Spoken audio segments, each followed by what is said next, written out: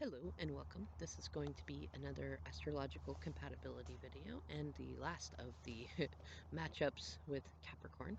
And this is going to be Sagittarius and Capricorn's matchup, which so especially with the sun sign element itself, remember that it's good to be at least two signs away from your own sign, but also watch the primer video. Remember that your sun sign is probably the last thing that you want to look at in terms of compatibility, but it's important to note this because Sagittarius is right next to Capricorn. And so as a matchup in its own energy, there can be complications in that. Also, interestingly enough, Saturn is considered to be co-ruled by Jupiter and Saturn.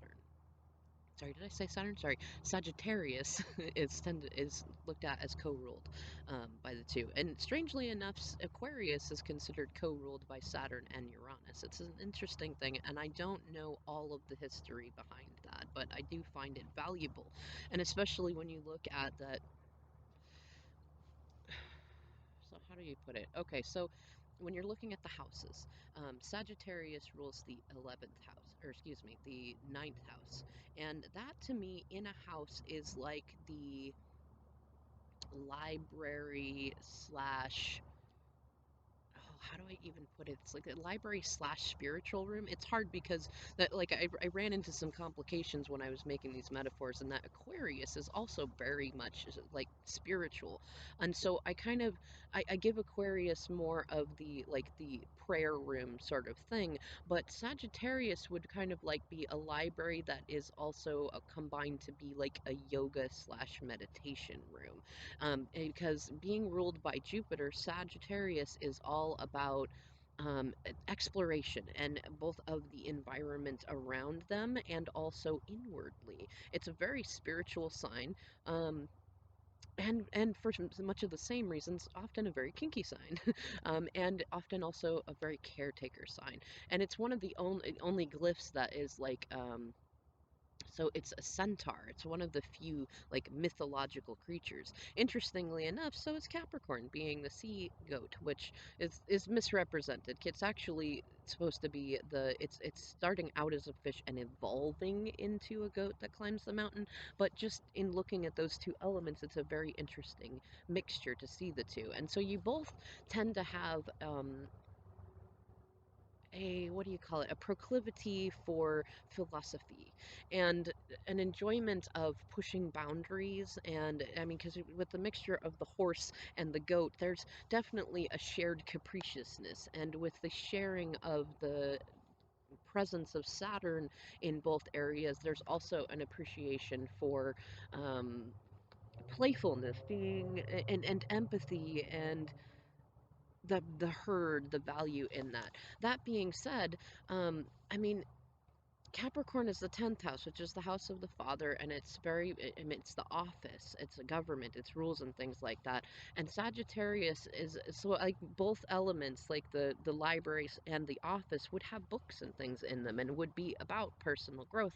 But oftentimes you see that someone with strong Sagittarius and someone with strong Capricorn are usually at odds about what freedom means and the value of it, and what rules mean and why they have their purpose and things like that. It would kind of be like having,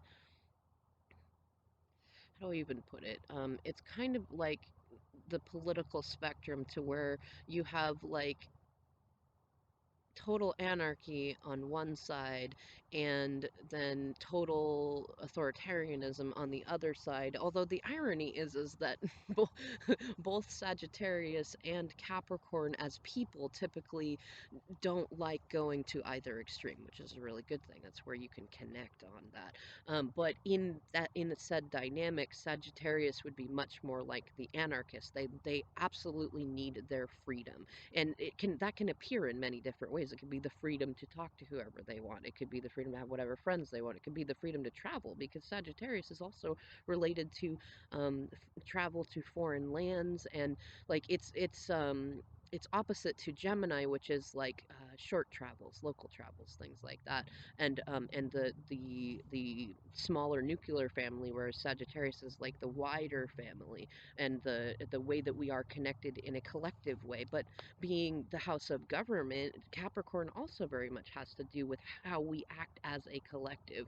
Um, Interestingly enough, the my experience of interacting with Sagittarians and what I've seen of other relationships between Capricorn and Sagittarius is that while Sagittarius is all about the freedom of others and the freedom of movement and things like that, they typically fight well, it's sort of a weird sort of contrary thing. A lot of them aren't aware that they crave it too, and typically tend to fight more for others to have it, while kind of putting their own need for it at a lower priority. Whereas Capricorns are typically more about the rules and the systems of checks and balances all around, but then we tend to skirt them ourselves.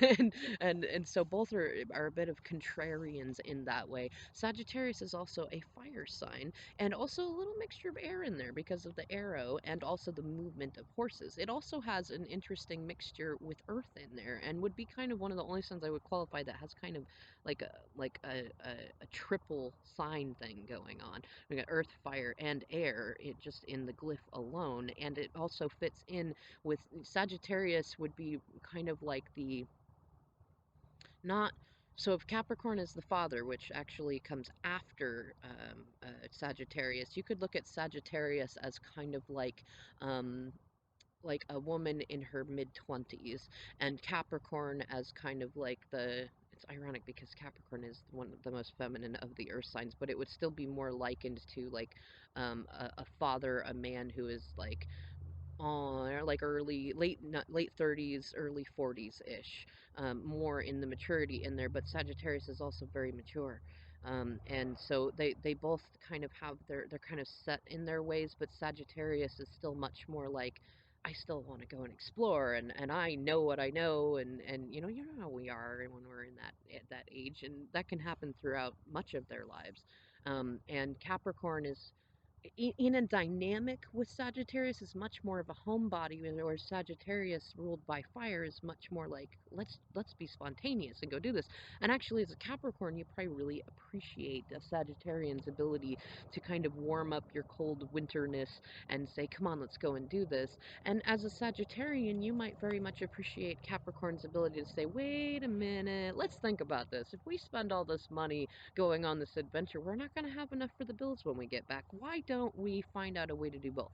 you know, so there can be some fun in there, but there's usually very big philosophical differences that tend to get in the way of that. So just make sure that you're negotiating early on in the relationship how you are, what you expect, where you're willing to give, where you're not, things like that, because you can both really appreciate that sort of a democratic approach to things as well. Well, I'm going to go ahead and leave this here. Let me know if you have any specific questions, and thanks so much for watching.